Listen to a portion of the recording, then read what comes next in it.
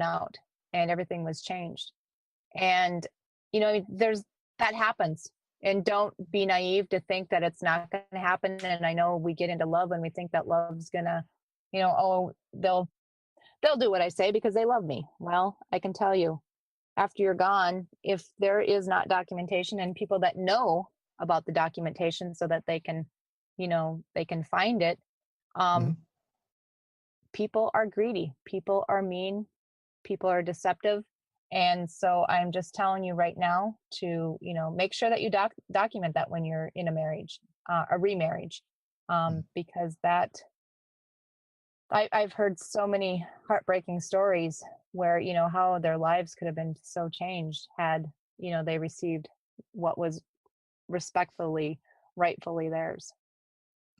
Yeah, and the latter example that you're giving is actually a very example that happened to my own mother, to where her mom had remarried and had a will. She thought that everything was in order. I mean, she was a legal attorney, I believe it was, and so she thought that she had everything, all the I's dotted, T's crossed, and she passed.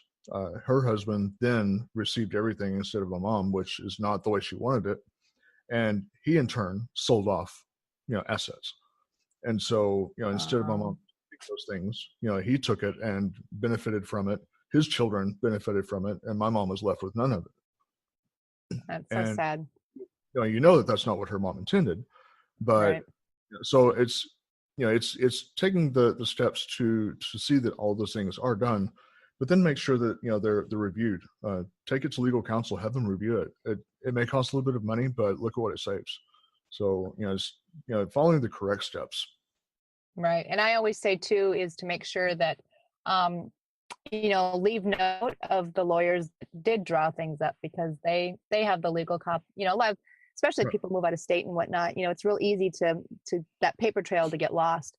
But Mhm. always, be aware of, which lawyers did put it together, because that's another asset that you can definitely take to court. And,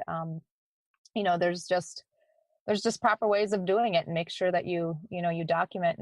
And the other thing too is let it be known. I think we're getting better, but I do see where a lot of times there were a lot of people that didn't talk about it.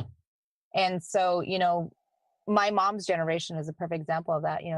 This is kind of our business. We don't we don't discuss these things because that's just how it is.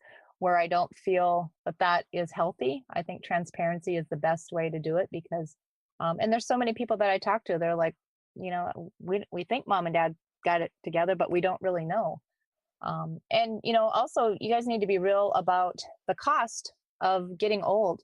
My parents were on self-pay, and it cost them $21,000 a month to be in the nursing home.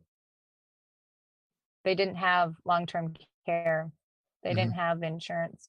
And so, every month it was a check written for $21,000. Wow. That's expensive. That is. So, I always tell people, one, figure out how much it's going to cost you to die. And two, figure out how much it's going to cost you or your family to ensure that you're taken care of in elder age. Yeah. Yeah. And there's also kind of leans, you were touching on it earlier with a person's business, is making sure that these same things that you do for your family are in place for your business. Because when you have a business, ideally you're going to be able to grow it and scale it to where you have employees, and those employees are dependent upon that business being operational and liquid. And so just making sure that you have business plans in place and financial plans in place for the business, so that when the key person is taken out of that equation, that there is some succession figured out. Does the spouse or do the children want to take over the business? And if not, make sure that you have that put together to where someone else can step into your shoes and can take over the business. Exactly. Let this on properly, Mm-hmm. so that business is still operating long after. Because we don't start a business just for it to end when we end. We start those businesses hoping that it's going to help affect change in the world that's positive. And so we want to make sure that it is still in place. And again, And like the I thing mentioned, is, you got to understand. Oh, go ahead. Sorry. oh, I was going to say, and like I mentioned, is you have employees, and those employees have families, and they're depending on that paycheck. And so, just taking that due diligence to make sure that if something happens to you as the business owner, or even a key person in the business, even if you're not just the business owner, but maybe a partner or one of the C-level executives, making sure that those things are in place. Because when you take those people out, then it does have a financial impact on the company. Exactly. And I think it's really important because, nowadays, so much of our world is digital, and things can go on without, one person in the program. So you need to make sure that that businesses are set up and secure so that you can, if something does happen to you, people know, how things are going to be turned over. And I think you can't be naive to think that it's not going to happen to you. You need to be aware of it, be prepared, because if you're prepared, more than likely it's not going to happen. But I always go back to Las Vegas. There were 59 people that felt that they were going to have plenty of time to do whatever they needed to do, and Right. in a moment's notice, their lives were taken, and they ended up affecting so many other lives. And I always think of the hardship of we really do not ever know how long we're going to be here on earth. And so always be prepared, and make sure that you've got things in place, and that you're discussing your wishes, because I've heard so many people that the husband wanted to be cremated, but yet the uncle or the brother or the mother walked in and said, "Oh no, we're having a full-fledged," and they barely had enough money to cover the funeral costs, because instead of him being honored in his wishes of being cremated, it was a full-fledged funeral, and those get expensive. Yeah, So very, very true, very true. And you were mentioning the long-term care thing. Is what a lot of people don't realize is 1 in 4 people are going to have some sort of disability in their life. And so just making sure that that side of it, your paycheck is covered, so that if you become disabled, if or when, then you're able to make sure that your family doesn't lose their house because of that disability event. And then in turn, as we get older, looking at the long-term care event, to where can your children quit their job in order to take care of you? Because that's the reality of what ends up happening if you don't take those steps, is that someone is going to have to care for you. And can they do it physically? Can they do it emotionally to provide that care? And if not, who will? So you have to think about that, and then right. what the repercussions and impact is, and try to mitigate that impact. The more decisions we make today, are the fewer decisions that our family has to make later, and those decisions are made with an emotional twist. And so try to take some of that hardship out of it, because making an emotional decision is not always the best one. Exactly. And I think the big thing too is just start researching. And one thing I'm going to do is I'm going to actually, for your people listening, I do have a free course, and it's got it whatever state you're in, or if you're in Canada, it does work up there as well. But I always say, it's enough information to get you going, so that when you have to go to the lawyers, you can ask the right questions. By all means, I'm not a lawyer. I'm not giving any legal advice. I'm not an investment broker or anything like that. I am just a human being that has went through the process and realized that there's a lot of information. It can be overwhelming. So, there's a lot of pieces to the puzzle, and it's just a quick, I have it set up where it's like a 4-week course. But you can do it however you want. It's all got videos, and all the PDFs and the downloadables are there, and it gives you a lot of references and different things. And I'm always adding to it too. But I'd like to leave that as a gift for your tribe, anybody listening out there. And just a point for them to start, because there's every estate plan is unique. There's always idiosyncrasies that there's just little things that are different for everybody, and that's fine. And this just gives you the opportunity to start looking and getting planning, and at least get something down. My biggest thing that I want to stress too is if you have children under the age of 18, please understand that accidents can happen, tragedies can happen. And if both birth parents pass away and there's no written documentation of who they want to raise their child, if something were to happen to both of them, Mhm. those children can be thrown into the social service or into the system. And because all it takes is somebody to come in, Sister Mary comes in and says, "Oh no, William wanted me to take care of the kids. We talked about it all the time."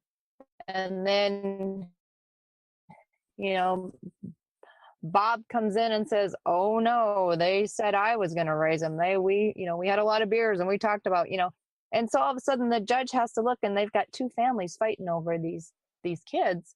Mhm. And, he can say, "You know what? Until we get this settled out, we're going to put them in foster care." And you see it happening more than what you think. And those are the kinds of things that, I hope that's enough motivation. I don't like to, talk about the bad things, but unfortunately, when it comes to estate planning, sometimes Mhm. that's the only motivation that people really, really move on.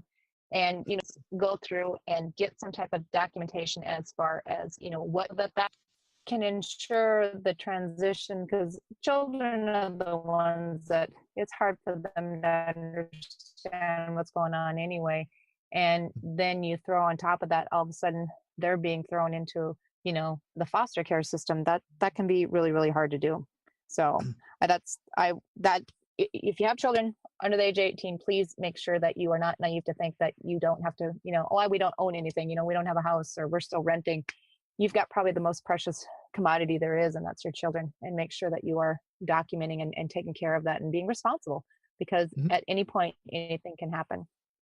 So It's very true, and an important tip that you're putting there. Texas, here where I'm at, Texas is a probate state, and so if something happens and those wishes are not put into place, you know, your your decisions are not going to be adhered to if you don't write it down. And yep. there is a caregiver for your children, and it's called the state, and the state will Hmm. make it. If you don't make it, the state will make it for you. Just as if you don't have a will put into place, the state has one for you, and you're not going to like it. And so I tell people, Exactly. don't let the state make that decision for your family, because it's going to be in the interest of the state, not of your family. And so, don't leave that to chance. Yep. I just say, like I say, it's just really crucial to, leave a legacy to your child.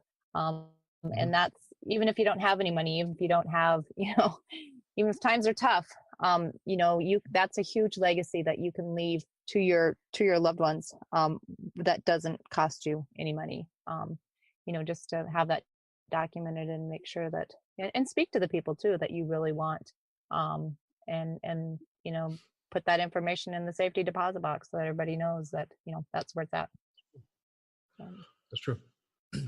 So, with you and your business, Jodeen, how would you say that your personal values and beliefs play a role in what you're doing personally?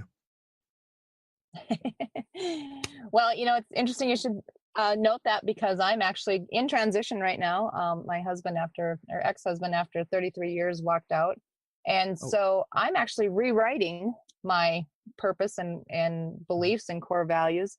And so it's kind of an interesting new chapter.